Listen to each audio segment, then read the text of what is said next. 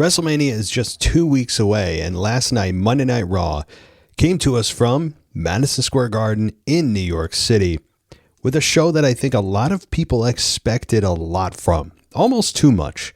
I did a video on this where there were 3 potential, even 4 potential big returns that were set up for Monday Night Raw. And that being The Rock, Gunther, Chris Jericho, and Braun Breaker. And we got one of them in Gunther, which now we know who he's going to be facing at WrestleMania. And it is a bit of a shame, given the fact that both Gunther and Seth are kind of being thrown together because they don't have opponents. That's what this is. And Seth doesn't have an opponent because he's still injured, barring some crazy twist before WrestleMania. And Gunther, what the hell was he supposed to do?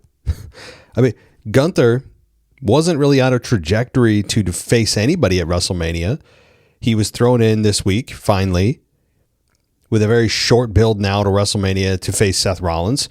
But what was his original trajectory? What was he supposed to do? I know that many of us thought it was Chris Jericho, which it could have been, and still could be, I guess.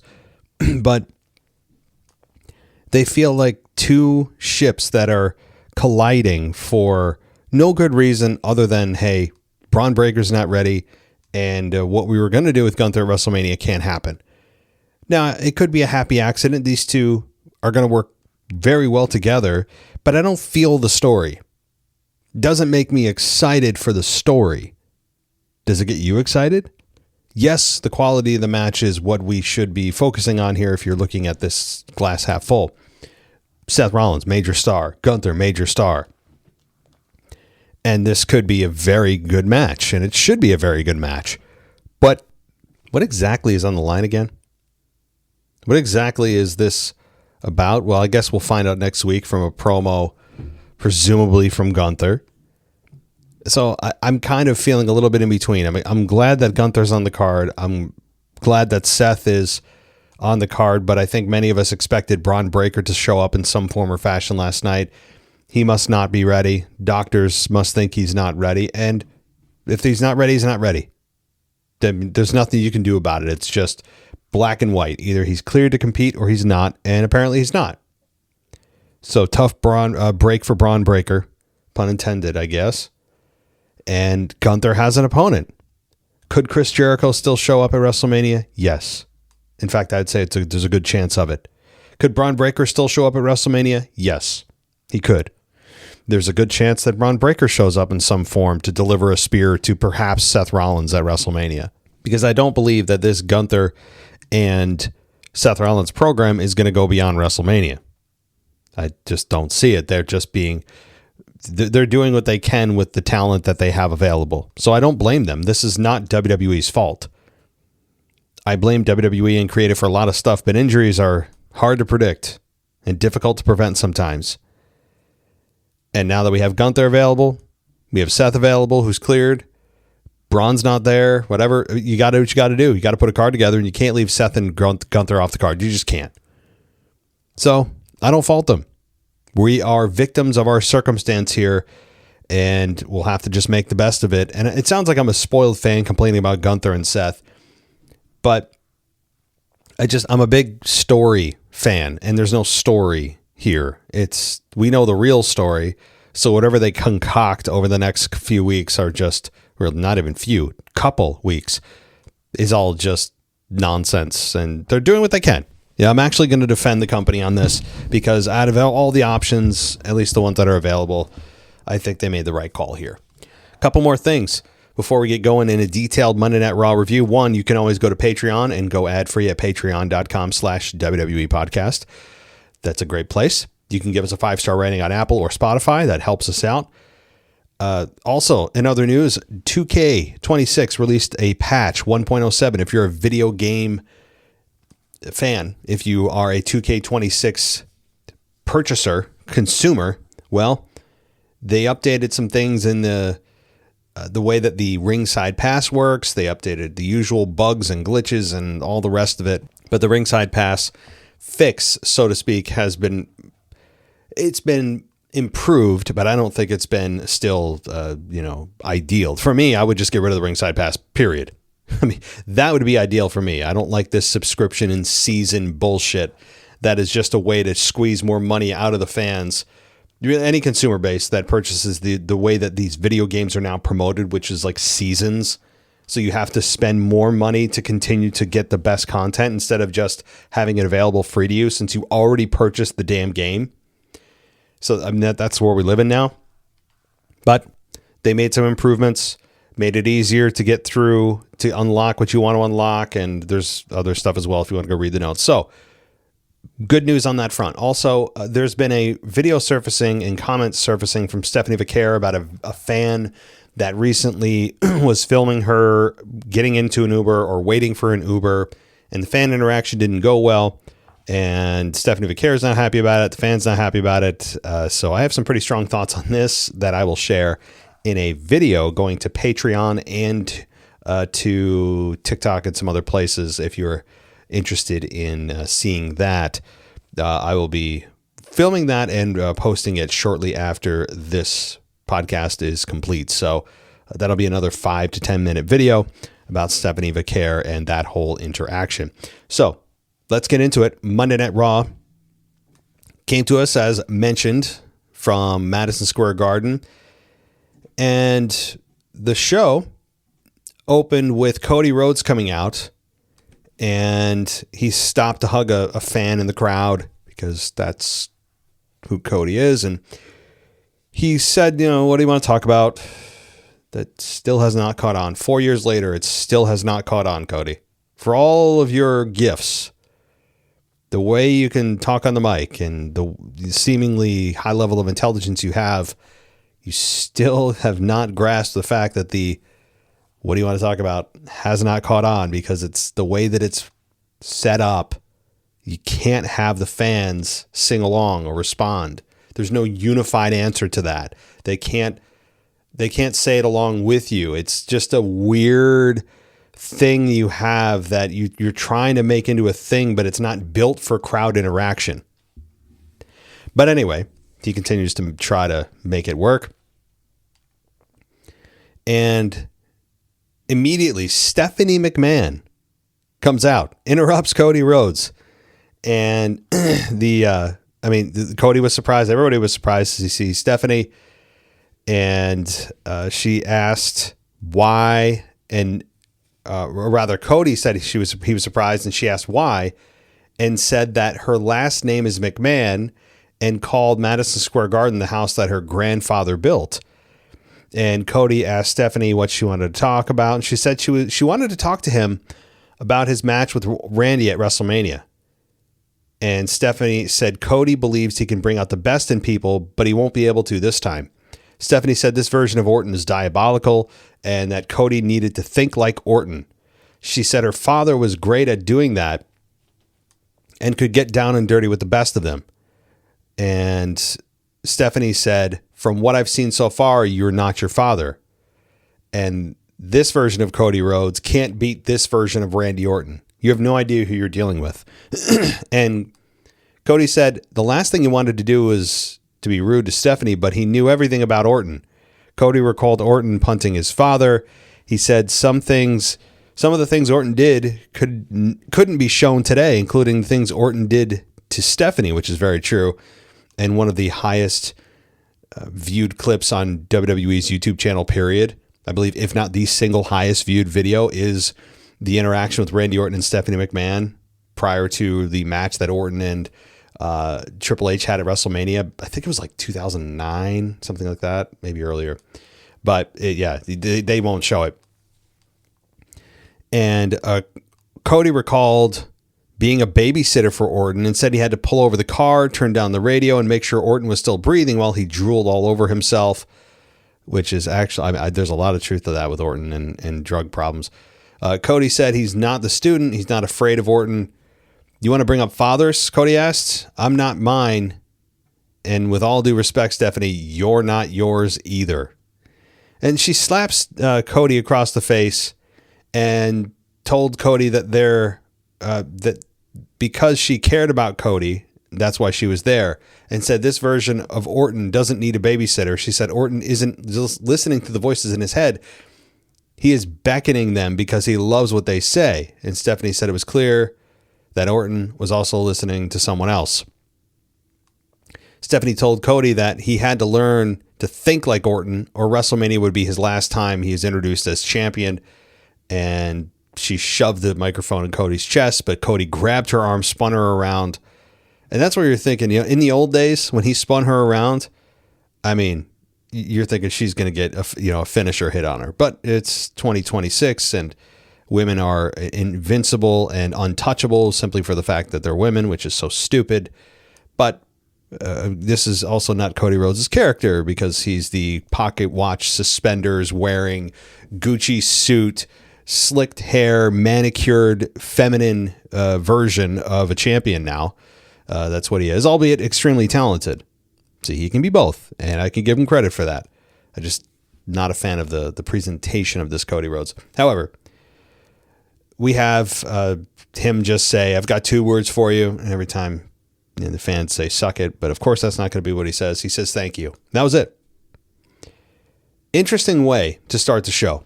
Certainly unexpected with Stephanie showing up and saying what he said and saying what she said, and also with Cody saying what he said. But I also don't understand the slap. The slap from Stephanie to Cody is what? That you're not your father? Okay. Shouldn't that be a compliment, depending on how you look at it? Like, that slap, I don't think was warranted, because the way it was left too vague as to, is that an insult? Is it not? If with all due respect, Stephanie, you're not yours either. Okay. Now, it's interesting that that's the first time that Vince McMahon, albeit not by name, was named on WWE television. It would be very interesting if it is Vince McMahon on the other end of that line with Randy Orton. If it's Vince McMahon, like I said, I would almost rather have it be Vince McMahon than The Rock, who's on the other end of that phone with Randy Orton. They would be, I think, even more interesting than The Rock. Do I think it's going to be Vince? No, it's probably The Rock on the other end of that line. But Stephanie McMahon being involved and trying to tell Cody about Orton, it makes sense given her history with Randy Orton and the diabolical things that he did to her and to Triple H during their program 15 years ago. So there is some history there that makes sense. But it's the first time that a McMahon now has really been involved in some kind of story outside of just welcome to WrestleMania, which I'm sure will get all that crap because Triple H and Stephanie, not really Stephanie, but Triple H can't help himself but be on TV. And so we'll get that usual bullshit from Triple H to open WrestleMania, which we don't need, but we'll get anyway. But it's the first time a McMahon has really been involved in a story. So it does kind of lend itself to a little bit of evidence that it could be a Shane or Vince McMahon on the other end of that line. So if you're looking for some kind of evidence, that is some. Certainly. Now, there's also this part here with Stephanie McMahon, and she's trying to, I don't know if she's playing the heel or the babyface here. I don't really know. I don't know if the fans really know what's going on either. If it's not Vince here, then what's Stephanie doing here? I don't know. I guess it's just name value. It's a little bit of shock that Stephanie's back, at least for the night, not for any kind of length of time. But we do have an interesting dynamic here with Stephanie, and she ends up just leaving, and Cody's like, thank you. And after, thanks for hitting me. I have woken up. After she just was told by Cody, yeah, I know him. So now you're going to slap me, and then I'm going to thank you for it. I mean, it does this. The message gets sent any louder that the women just can't be touched no matter what the men do or what the women do. It's just, it's so stupid. Anyway, interesting way to start the show. I didn't hate it. Stephanie McMahon, she's got it on the microphone. She comes off way better on the mic in front of a live crowd than she does on a podcast. She's so good on the mic. So good. I don't think we give her enough credit for how good she has been on the microphone over the years. Consistently. She's one of the best heels in the company. Well, at least in the history of the company, I think she's one of the best heels ever. So Stephanie McMahon just is so gifted on the mic. But there. All right. So that's an interesting open to the show. We then have Backstage, I Show Speed. I don't give a shit about I Show Speed. I don't care. It seems like a Gen X thing with all these YouTube stars. I just don't care about him at all. He means absolutely nothing to my wrestling life like at all. Maybe Braun Breaker will show up just to spear him out of this earth. But he showed up to ask Adam Pearce where Danhausen was, and Danhausen popped up and got a big pop.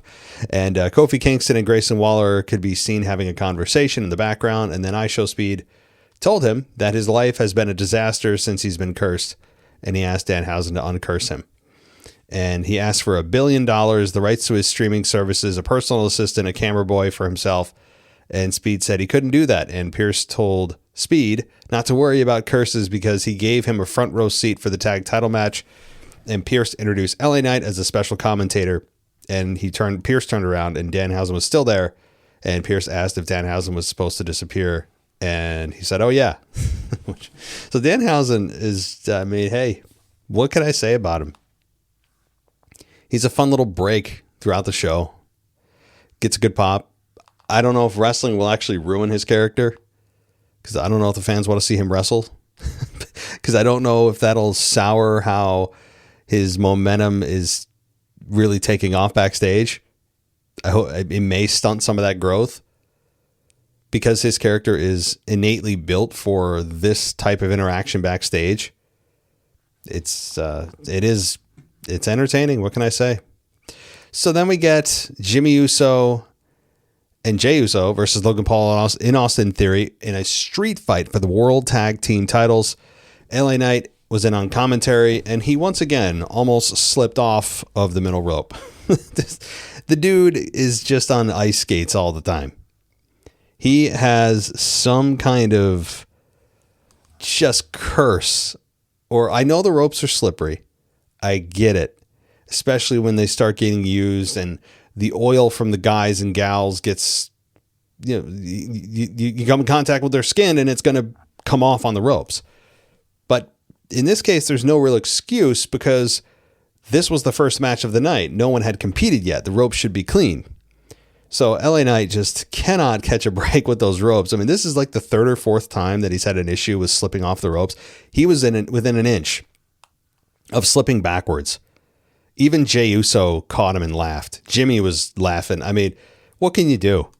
He's a bumbling, fumbling mess anytime he gets on the second or third ropes. And I commend him for doing the moves he does, but this wasn't a move. It was just his entrance. It is innately harder to stand the way he stands during his entrance on the rope, facing with his back to the ropes. I get it. And I've always looked at that and gone, man, that's a cool, different way to stand on the ropes, but also it looks much more risky because you could slip. And he almost did here on Monday Night Raw.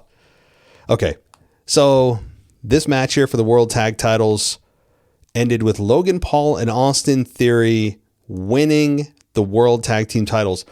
A third major title change just a couple of weeks before WrestleMania.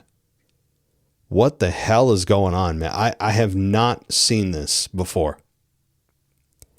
So now there sometimes can be reasons for this, but three major title changes, count them this far, three. The world title, Cody Rhodes beating Drew McIntyre.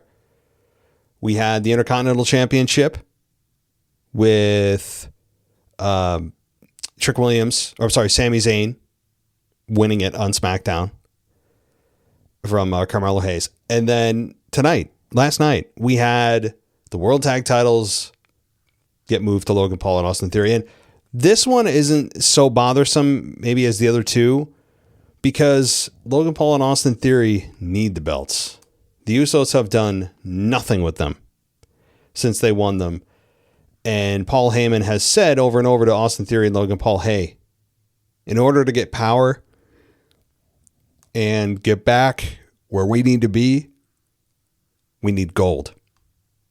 So I think this makes sense. And I actually thought they would win them a few weeks ago, but they waited 2 weeks to WrestleMania to do it. It's just incredible. I cannot think of another WrestleMania season where three major championships were moved within just a couple of weeks of WrestleMania itself. It's wild. So it just shows you, again, I think I talked about this on my last show, that if you come out of Elimination Chamber as champion, there is now no guarantee that you're going into WrestleMania as champion.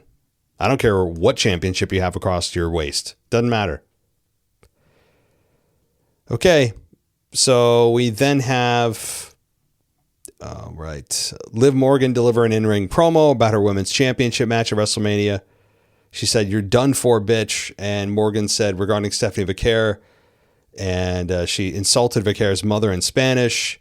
That's when Stephanie came out and brawled with Morgan once she came in the ring.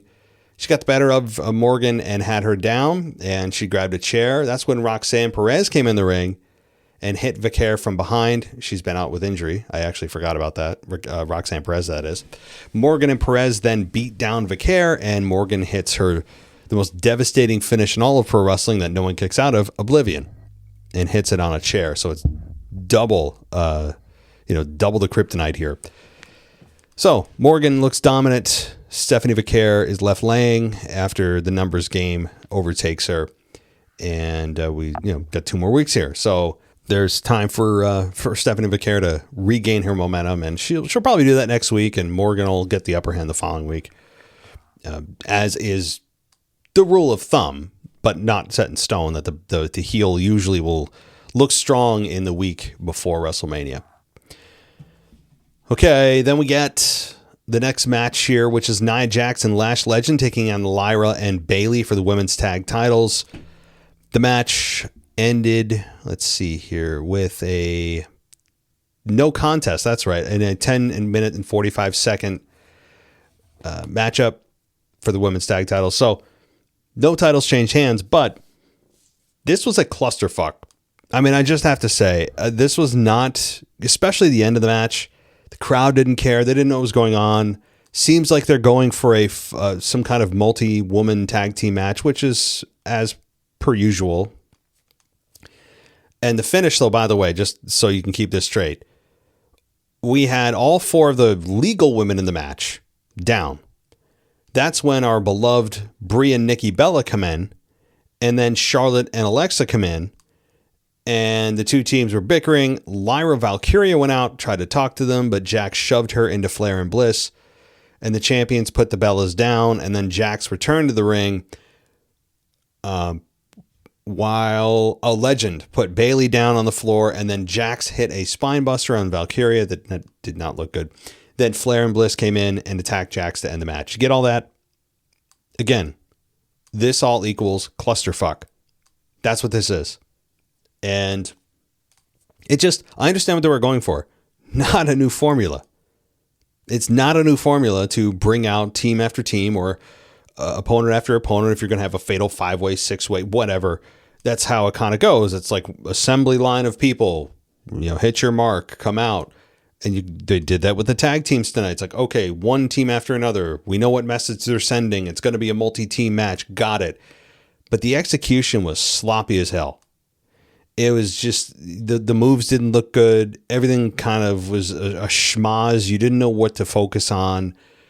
It was just poorly executed. And the crowd was also just totally unreactive to this, which they should have been. The crowd didn't give a shit about it because they're like, whatever. Like they had Bayley, Charlotte, Alexa Bliss, and Nia Jax and the Bellas, and everyone's just going, okay. Like this is a shit show. Can we just move on? This did not look good. It's too much to absorb. That's how I felt anyway. Maybe somebody else viewed this differently. I felt it was a bit of a cluster, but I get the message they're sending, and I have no problem with it. Fundamentally, I think it's fine. You want to have a multi-woman tag team match? Sure. Fine. I still ultimately think that it should be Nia Jax and Lash Legend that come out of that as champions to continue some momentum here. We don't need another Flair and Alexa run. Been there. God knows the Bellas don't need it, nor have they earned anything since they've been back. You know how I feel about them. And then Bayley and Lyra are kind of just this goofy sideshow that you can't ever take seriously. And you know kind of where they stand in the pecking order. So Lash Legend and Nia Jax, I think, are the overwhelming favorites to retain the tag team championships at WrestleMania. But of course, official predictions coming in a couple weeks. We get the video package recapping Oba Femi and Brock Lesnar. That's when Brock comes out. And Heyman introduced himself as he does.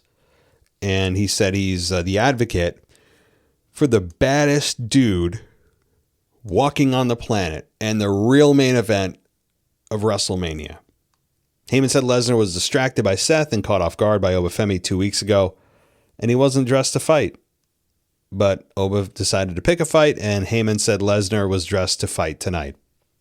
Lesnar took the mic from Heyman and called out Oba Femi, and that's when Adam Pearce came out with a group of security guards and said that wouldn't be happening, and he asked Lesnar and Heyman to leave. That's when Oba Femi came out, and they chanted his name and strutted to the ring. Security tried to stop Oba Femi, and he threw one of the security guards. I've never seen a human being be thrown like that. He's probably my weight. I mean, my God, the dude was probably $175, 180, and he was just tossed like as Jim Ross would say, a sack of potatoes. And it was hilarious, but also kind of concerning for him. One of the local talent, obviously posing as a security guard. It wasn't even safe. Like, why? That is harder to land on than the ring. That guy he must have some kind of massive contusions. I mean, he was hoisted 8 feet into the air and landed, on his side, kind of his back. It looked horrible. I've never seen anyone get thrown like that. So, Godspeed with that man. But Oba Femi comes out. Now, there's a point that Bob Holly, out of all people, I don't think I've ever mentioned his name on this show, but Bob Holly made on X. And he said that, to the effect, I'm paraphrasing, that when you have a guy like Brock Lesnar in the ring, it's WrestleMania time, you're trying to hype up a main event, semi-main, and you have Brock's opponent come out doing his silly choreographed strut to the ring, kind of takes you out of the moment. Now, I know the strut is one of Oba Femi's trademarks. I get it. They got the kids doing it, everything else. But when you prioritize your gimmicked walk, and like basically marketing, which is what that was, for just actually being a real human being that you're about to fight Brock Lesnar, takes you out of the moment. You have to really do your stupid walk to the ring. Do you know what I'm saying? I have no problem with Oba Femi. Like, he is clearly going to be a big star. He's going to be facing and likely beating Brock Lesnar at WrestleMania. But when you still have to do your strut to the ring, it makes the whole program look foolish. That whole segment look foolish. So that's how I feel about it. And I would also like to see Oba Femi actually talk about why he's targeted Brock Lesnar. Have we even heard a reason yet? Or is Brock Lesnar going to get the Brock Lesnar treatment? Meaning we're not going to ever know. We're just supposed to accept it at face value. That it's just two alpha males. There's been no reasoning whatsoever, I believe, from Oba Femi. So they went face to face, and that's when we had to have Triple H, because he can't hire any good security, apparently. He gets in the ring between both guys and was, just trying to, it looked like they were just trying to pose for a photo op. It was kind of silly. First of all, Triple H did not need to be there. You did not need Triple H to be playing security guard.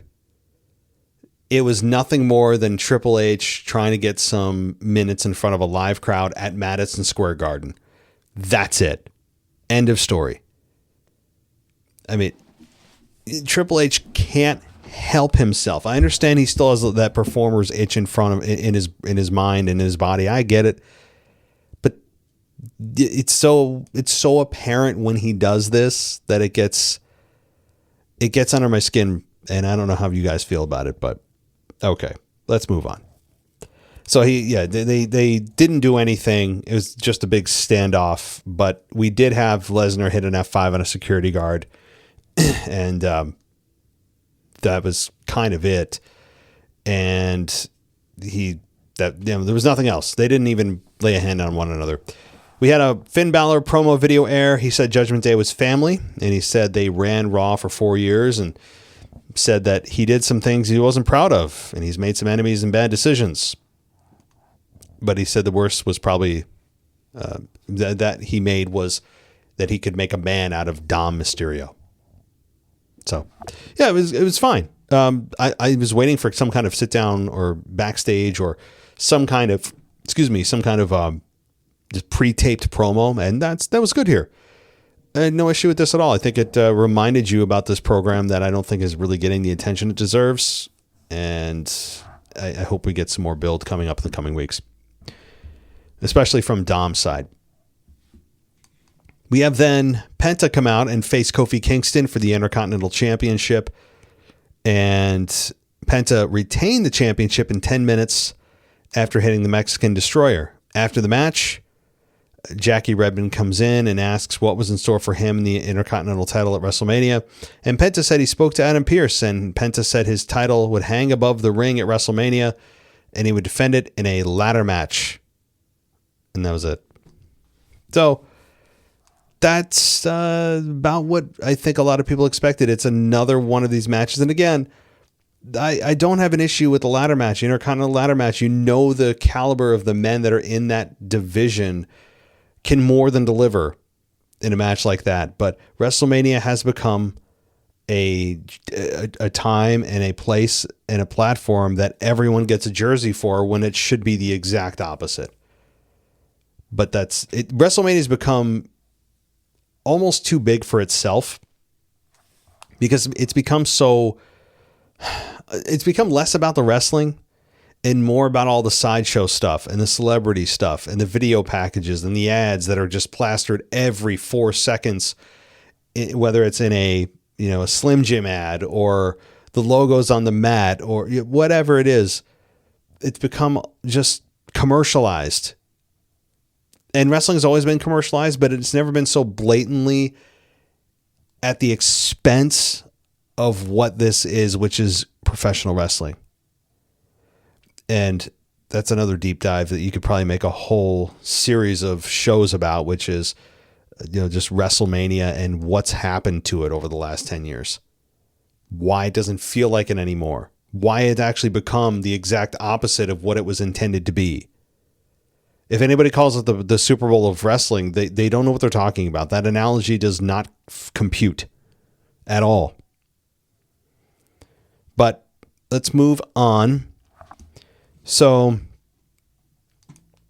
let's see here. We had some more Paul Heyman stuff backstage, and let's see. He played up Logan Paul and Austin Theory as new World Tag Champs and tried to do something special for the fans. He said he was tried to, and he tried to give them Brock versus Oba Femi, and he blamed Adam Pearce and called him names. So, let's see. We had then Adam Pearce walk onto stage and ask Heyman if he checked his email.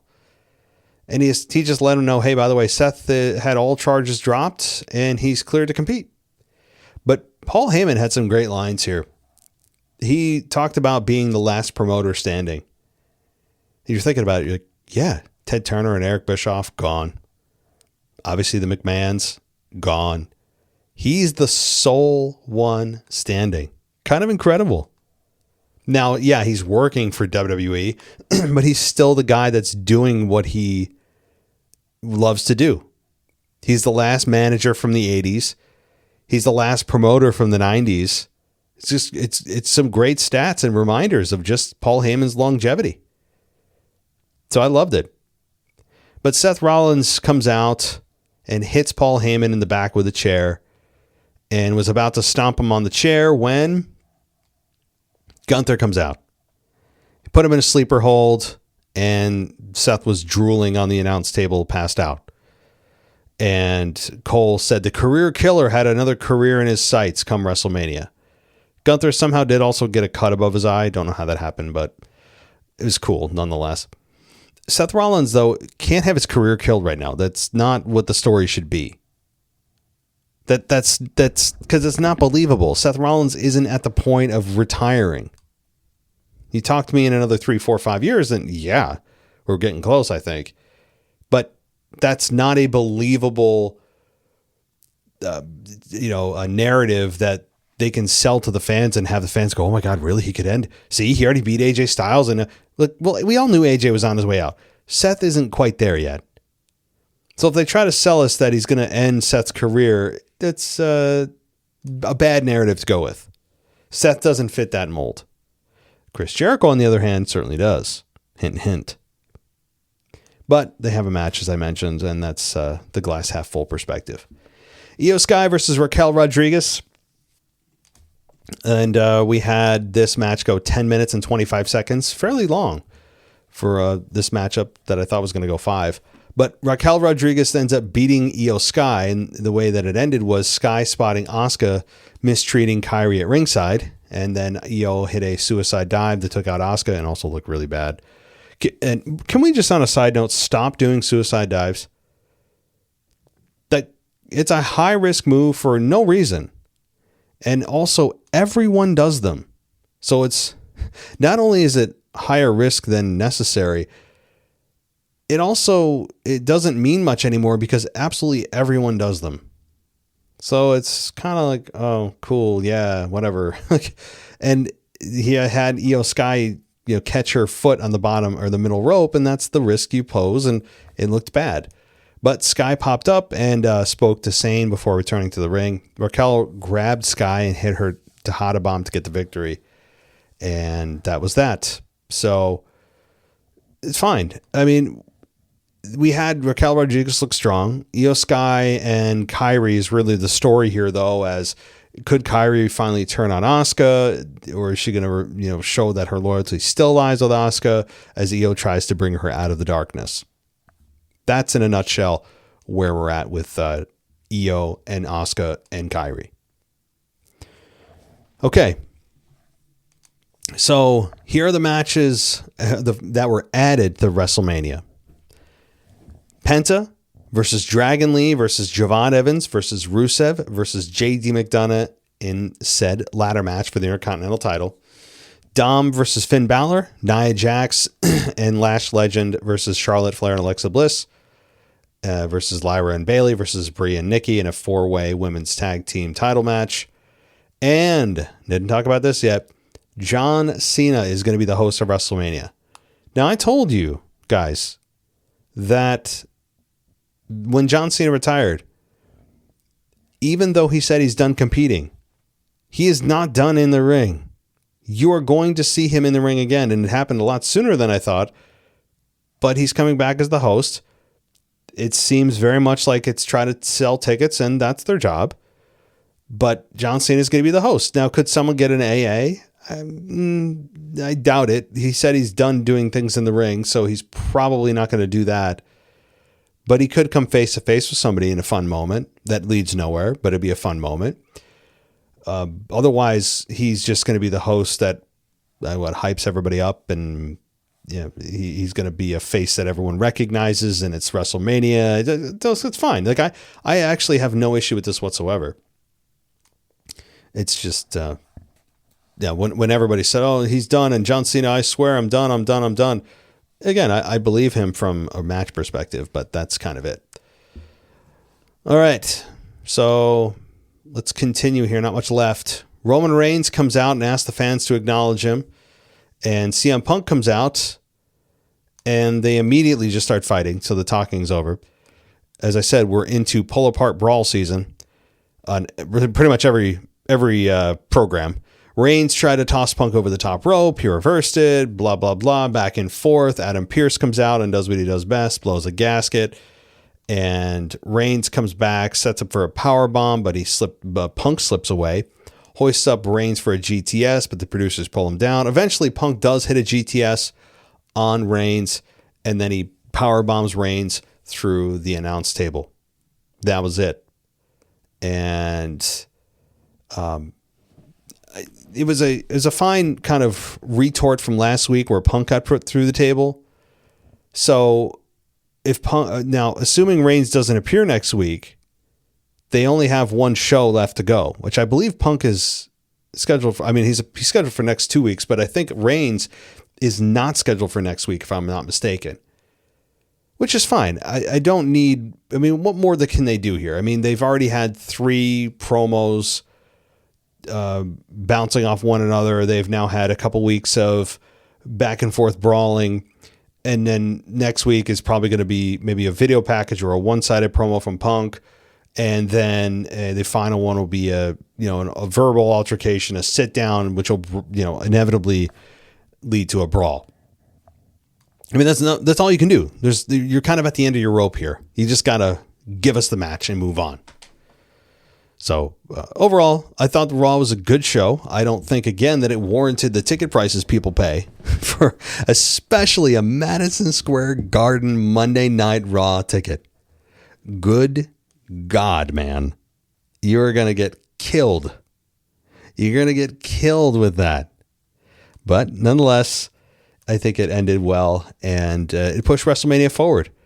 WrestleMania is starting to feel a little bit more like WrestleMania. You've got Gunther now officially in the mix. You've got John Cena as the host of WrestleMania if you're looking for star power.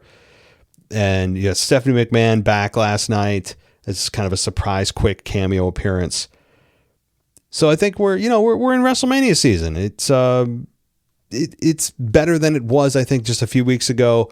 But it's, to WWE's defense, they probably didn't know where they were going with Braun. Is Braun going to make it? He feels like he could. Then I'm guessing they got the no from the doctors this week. They probably put a cutoff. Hey, as of Sunday night, if you can't come up with the being medically cleared, we got to cut you off WrestleMania. I mean, I'm sure Braun Breaker is a week or two away from being able to do something. So I wouldn't be surprised if he does show up at WrestleMania. And I hope he does. And I think he'll get cheered massively. But, all right, so some big reveals coming too, like I said, with Randy Orton and his mystery caller. All right, well, that will do it here. If you want to follow me on Patreon and go ad-free, you can do that, patreon.com/WWE podcast. Follow us on Spotify or Apple or anywhere that you are listening to this podcast. It's available everywhere, I believe. So we'll be back in a couple of days. Again, I'll be posting a video after this talking about the Stephanie McMahon incident that is ridiculous. And check that out on Patreon and some other platforms. So thanks, everybody, and we'll talk soon. Thanks for listening to the WWE Podcast. Don't forget to subscribe on your favorite podcast app so you don't miss a show, or head to WWEpodcast.com. And for all of these shows ad-free, head over to patreon.com/WWE Podcast. Until then, we'll see you next time.